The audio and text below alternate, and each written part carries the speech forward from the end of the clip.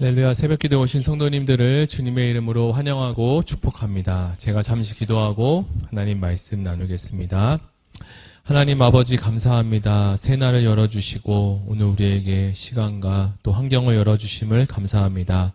오늘 우리가 함께 마가복음 말씀을 묵상하는데 이 말씀을 통하여서 하나님께서 우리를 창조하시고 인도하시는 하나님의 비전과 하나님의 소망을 바라보게 하여 주시옵소서. 감사드리며 예수님의 이름으로 기도드립니다. 아멘. 네, 오늘 말씀은 마가복음 13장 1절에서 13절까지의 말씀을 가지고 건물보다 중요한 우리가 성전이라는 제목으로 하나님 말씀을 나누겠습니다. 제가 먼저 성경 봉독하겠습니다. 예수께서 성전에서 나가실 때 제자 중 하나가 이르되 선생님이여 보소서 이 돌들이 어떠하며 이 건물들이 어떠하나이까. 예수께서 이르시되 내가 이 큰 건물들을 보느냐 돌 하나도 돌 위에 남지 않고 다 무너뜨려지리라 하시니라. 예수께서 감난산에서 성전을 마주 대하여 앉을 때에 베드로와 야고보와 요한과 안드레가 조용히 묻되 우리에게 이르소서 어느 때 이런 일이 있겠사오며 이 모든 일이 이루어지려 할 때에 무슨 징조가 있사오리이까. 예수께서 이르시되 너희가 사람의 미혹을 받지 않도록 주의하라. 많은 사람이 내 이름으로 와서 내가 그라 하여 많은 사람을 미혹하리라. 난리와 난리의 소문을 들을 때 두려워하지 말라. 이런 일이 있어야 하되 아직 끝은 아니니라. 민족이 민족을 나라가 나라를 대적하여 일어나겠고 곳곳에 지진이 있으며 기근이 있으리니 이는 재난의 시작이니라.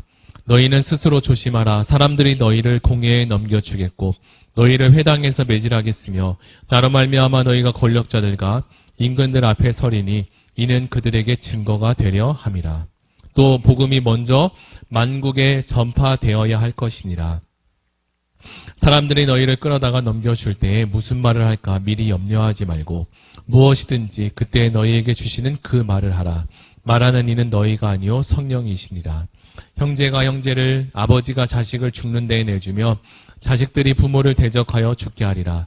또 너희가 내 이름으로 말미암아 모든 사람에게 미움을 받을 것이나 끝까지 견디는 자는 구원을 받으리라. 아멘.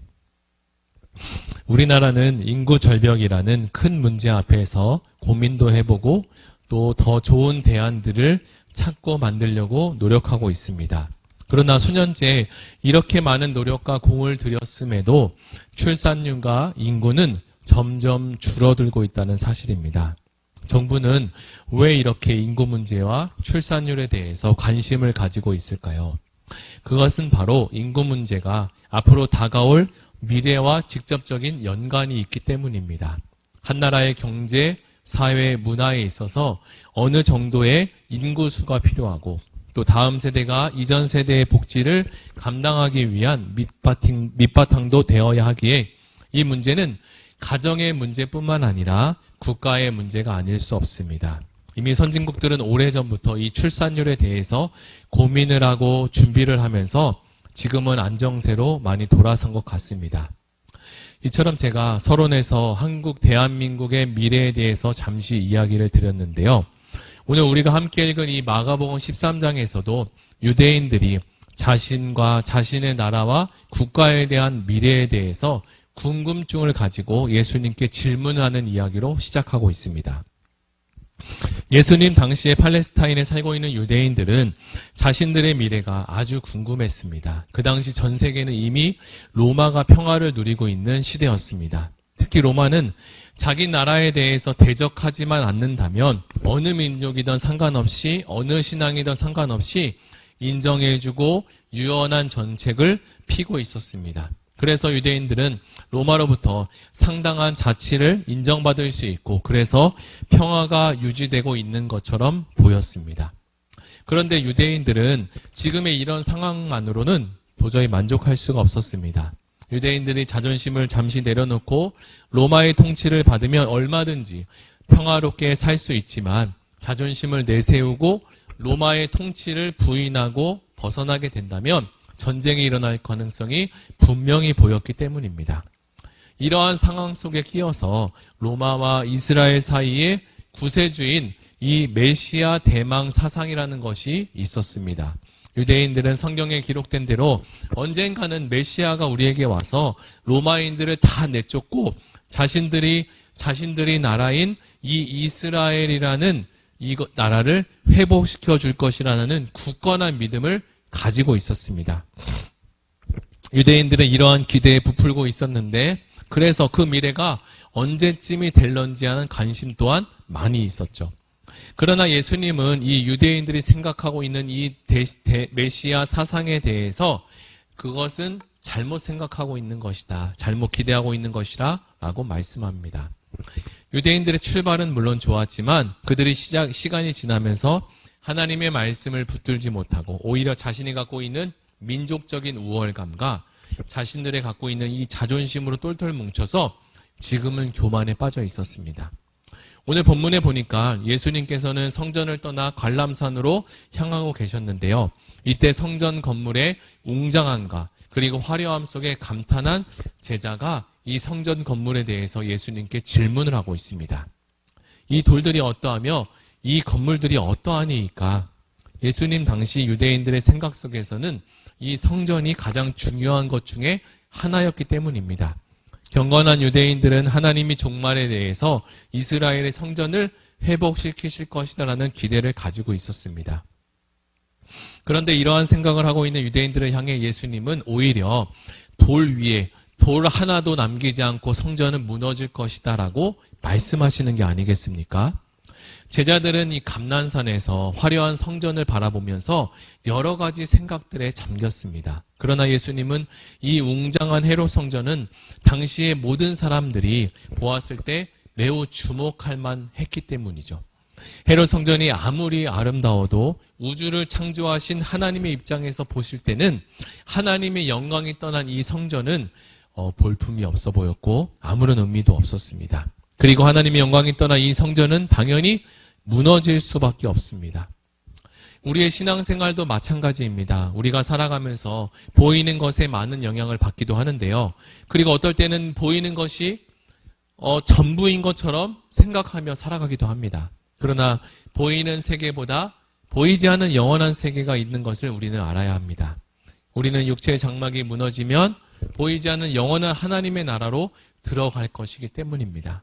그것이 바로 우리의 고향이고 천국이고 우리가 잠시 사는 이 나그네가 아니라 영원히 살 것이 바로 그 천국이기 때문입니다. 이러한 상황 속에서 제자들은 예수님께 질문을 하는데요. 제자들이 하고 있는 질문에 대해서 성전 파괴의 전 징조에 대해서 예수님은 말씀하십니다. 그래서 예수님은 제자들에게 너희가 주의해야 된다라고 당부하시며 이어서 예수님은 성전 파괴에 대한 이야기를 말씀하시기 전에 먼저 당부하는데요. 사람의 미혹을 받지 말아야 된다라고 하십니다. 이 미혹은 과연 어떤 미혹일까요? 왜 미혹에 대해서 뭐라고 말씀하실까요? 그것은 사람에게서 미혹을 받게 되는데 많은 사람들이 다 내 이름으로 와서 미혹을 한다는 거죠. 예수 이름으로요. 내 이름으로 온다는 것은 예수님의 자리를 사칭하는 자가 된다는 사실입니다. 그 당시 유대 로마 전쟁 이전과 이후에 많은 민족주의적인 지도자가 대중적인 지지를 받은 적도 있었습니다. 물론 그들이 메시아를 자처했다는 기록은 없으나 추종자들은 분명 그들을 메시아로 바라보고 그렇게 생각했을 것입니다.